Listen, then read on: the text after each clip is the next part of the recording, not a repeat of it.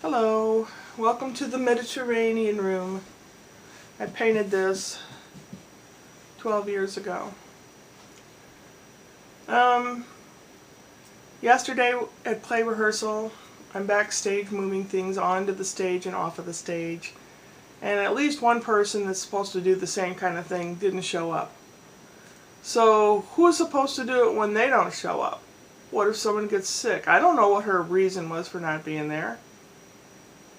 The person that I'm taking place of just didn't show up one day and wasn't going to show up again. So they said, we need some help. I raised my hand and they said, oh, we love you. So I don't really know the nitty gritty. I was finally handed a piece of paper saying what goes on and what goes off the stage. It's scene 1, scene 2, scene 3. But that doesn't help me unless I know what scene 2 is about.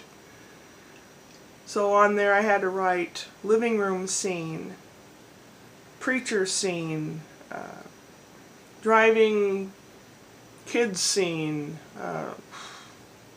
bedroom, food table, various things like that. I had to write on a piece of paper so that I knew where I was in the script. I don't know. I guess maybe it's because I'm not that interested in it, but this particular play. But it was not easy, and my mind was somewhere else because yesterday I got a call at lunchtime from a friend that I have known since 1969, and that's a long time. I was 13 and she was 14. We were working on a play together. I was in it, and she was working backstage. It's a bird, it's a plane, it's Superman, and that's a great musical, teachers, for your junior high or high school. Look it up, put it on. You'd have a lot of people come to see it. It has one or two songs that you know you've heard before, and you would never have known it was from this musical. So think about it, teachers. It's a good musical to put on. And so we've known each other a long time. She's married. She married late in life. She lives in the house she grew up in. It's a little 2-bedroom, 1-bath house. I think that a few years back they added on a bedroom-bath combo because her brother's living with them. And he has diabetes really badly. And at Christmas time he passed out, and he's a great big guy. And they needed extra people for the EMT truck to take him to the hospital. They ended up amputating his foot. He's back home now and he's living there and doesn't do much. Her husband's been having health issues, and he doesn't do much in the way of housework. So she works all day for the city in an office. She's worked at the same place for 37 years, and I said to her, you can't find very many people that can say that anymore, because that just doesn't seem to happen anymore.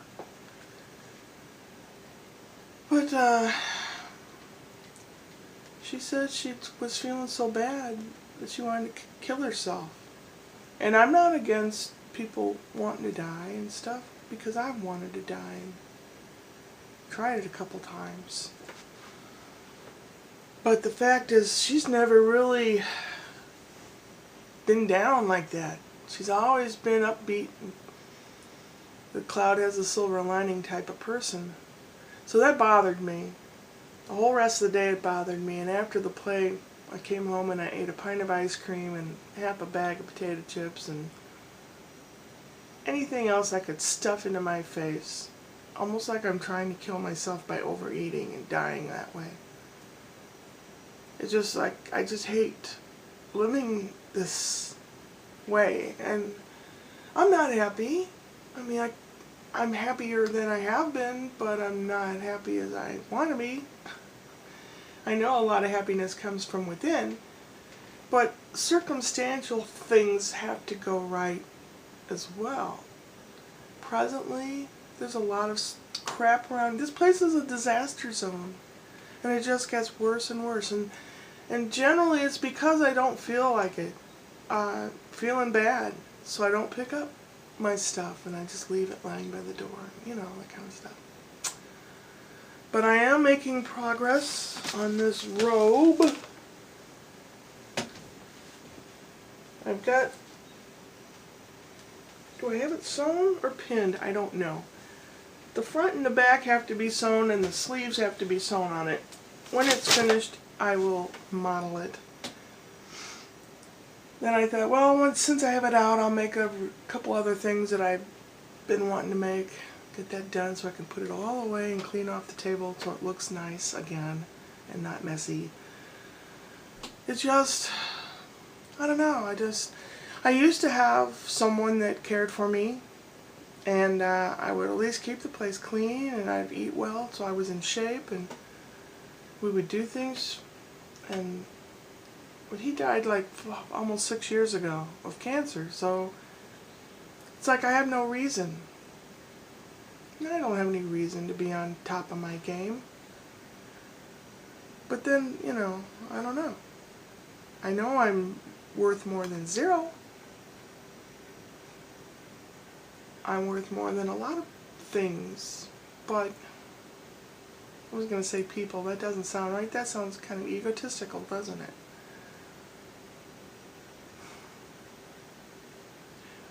My problem is I try and it doesn't seem to go anywhere.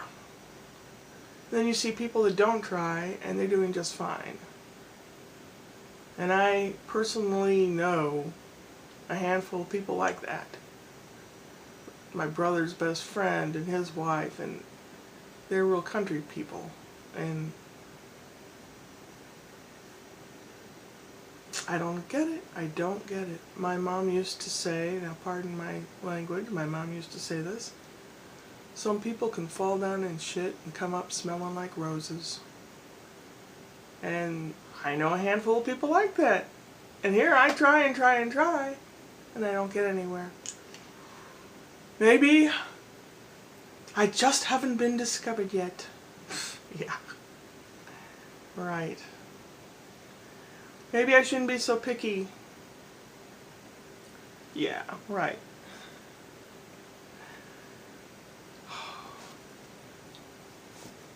I think I'm getting a fever again. Crap. Crappity crap crap. Oh, there's a few things I have to do before this evening. I'm going to make a big pot of soup, so I'll have some for later. Do a little bit of sewing, a little of this, a little of that, and I really do need to start cleaning up around here. I just need to go upward and onward.